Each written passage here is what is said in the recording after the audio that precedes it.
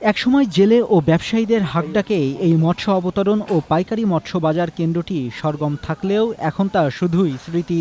কালের পরিক্রমায় মৎস্য উন্নয়ন কর্পোরেশনের আওতাধীন মৎস্য অবতরণ ও পাইকারি মৎস্য বাজার কেন্দ্রটি পড়ে আছে অব্যবহৃত অবস্থায়। তবে গেটের সামনে এখনও শোভা পাচ্ছে কেন্দ্রের সাইনবোর্ড।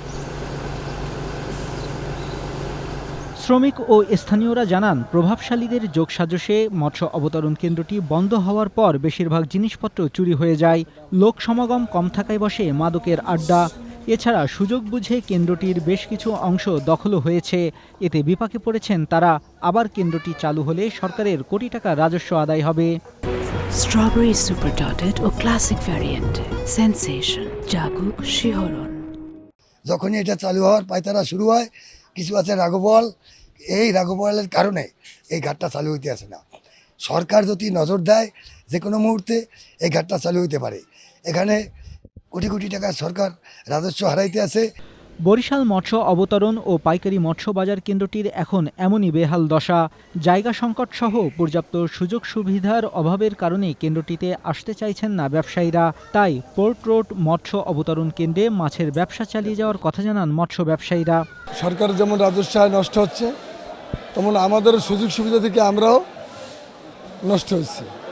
আপনার ওখানে অনেক সমস্যা আছে, যেমন আপনার নদীর লোড আনলোডের ব্যাপার আছে, আপনার ব্যাংকিং খাত আছে, আমাদের শ্রমিকের অনেক থাকার প্লেস কম।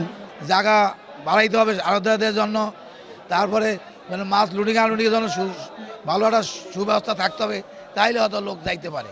আর ট্যাক্স যদি একটু সরকার কমে দেয় তাহলে যাওয়ার সম্ভাবনা আছে।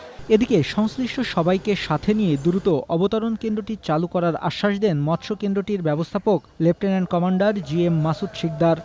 আমরা স্থানীয় প্রশাসন এবং মৎস্য ব্যবসায়ীদের সাথে বিভিন্ন সময়ে আলোচনা করেছি এবং এটা চালুর বিষয়ে প্রধান কার্যালয়ে পত্রালাপ চলমান রয়েছে। 1985-86 অর্থবছরে নগরীর বান্দর রোডে নির্মাণ করা হয় মৎস্য অবতরণ কেন্দ্রটি। এরপর 21 বছর পর 2007 সালে তত্ত্বাবধায়ক সরকারের সময় কেন্দ্রটি সচল করা হয়। 2007 থেকে 9 সাল পর্যন্ত 2 বছরে কেন্দ্র থেকে প্রায় 3 কোটি টাকা রাজস্ব আদায় হয়। তবে 2009 সালের পর আবার মৎস্য কেন্দ্রটি বন্ধ হয়ে যায়। Desk report, Asia post.